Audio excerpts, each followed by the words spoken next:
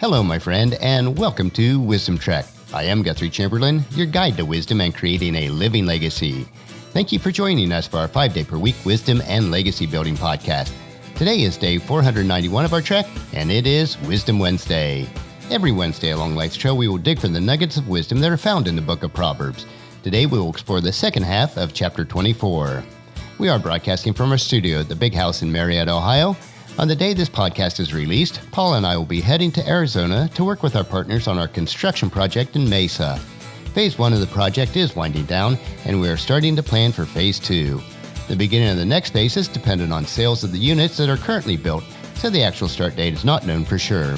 Since our company is the general contractor and not the actual developer, we do have some other projects that may fill in the gap between the two phases.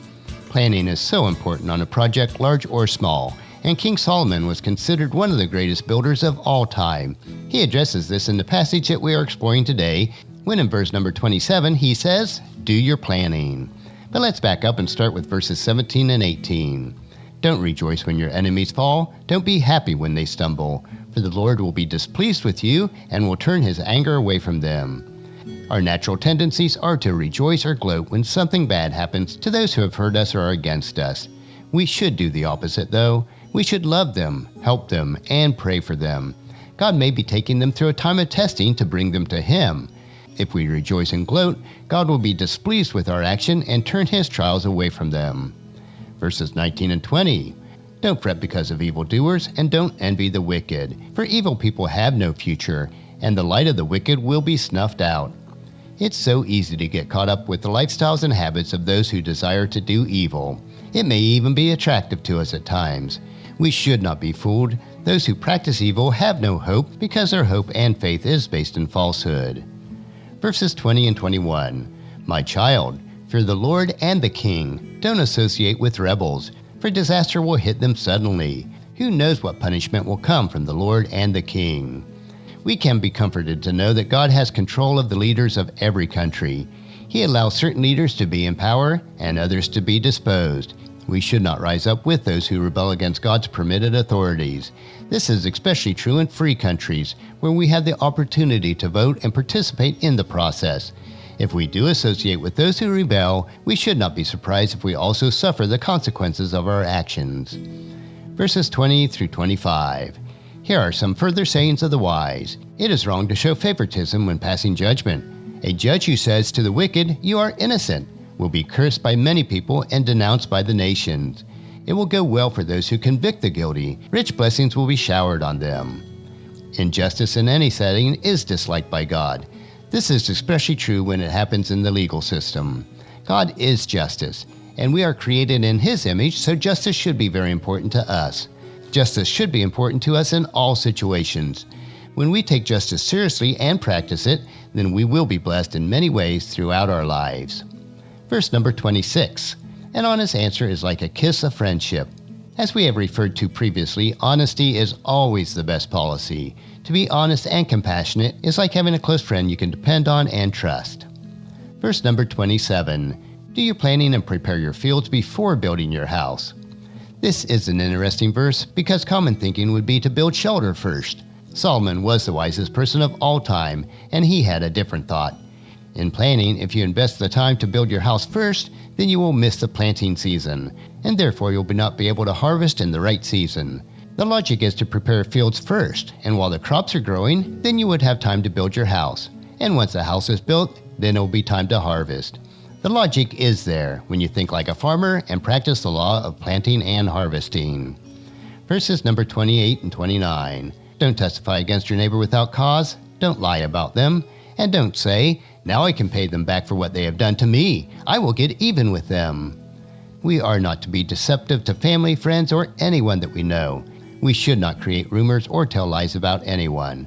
We should never seek retribution against others, even if they have wronged us. Several passages in the Bible tells us that God will provide justice. We do not have to seek retribution ourselves. And the last passage is verses 30 through 34. "I walked by the field of a lazy person, the vineyard of one with no common sense. I saw that it was overgrown with nettles and covered with weeds, and its walls were broken down. Then I looked and thought about it, and I learned this lesson. A little extra sleep, a little more slumber, a little folding of hands to rest. Then poverty will pounce on you like a bandit, and scarcity will attack you like an armed robber. The final section of Proverbs 24 speaks in depth about one who is lazy. First, Solomon equates a lazy person to someone who has no common sense. A lazy person is easy to spot because their lives and their responsibilities will show evidence of a lazy lifestyle. The example given here is their property will be overgrown and not taken care of. We can learn a lesson here. A person who is lazy will not fulfill their responsibilities, and as a result, they will be overtaken with poverty, as surely as a bandit or robber will steal from an unexpected victim. Well, today we explored 8 more wise sayings, which leaves us with much more to consider.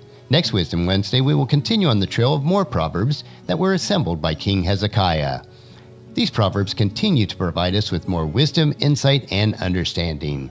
And regardless of where you are on your faith walk, if the precepts of the Proverbs are followed, your life will be rich and satisfying.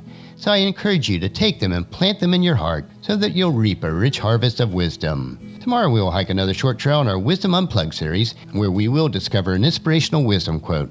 So encourage your friends and family to join us, and then come along with us tomorrow for another day of Wisdom Trek, creating a legacy. That will finish our trek for today. Just as you enjoy these daily doses of wisdom, we ask you to help us to grow Wisdom Trek by sharing it with your friends and family through email, Facebook, Twitter, or in person when you meet with them, and invite them to come along with us each day. And I would challenge you today to take just one precept that we learned in today's Proverbs and commit yourself to applying it to your life. The journal for today's trek is available at wisdom-trek.com, and thank you so much for allowing me to be your guide, your mentor, but most importantly, I am your friend, as I serve you through the Wisdom Trek podcast and journal. And as we take this trek of life together, let us always live abundantly, love unconditionally, listen intentionally, learn continuously, lend to others generously, lead with integrity, and then leave a living legacy each day. I am Guthrie Chamberlain, reminding you to keep moving forward, enjoy your journey, and then create a great day every day. See you tomorrow.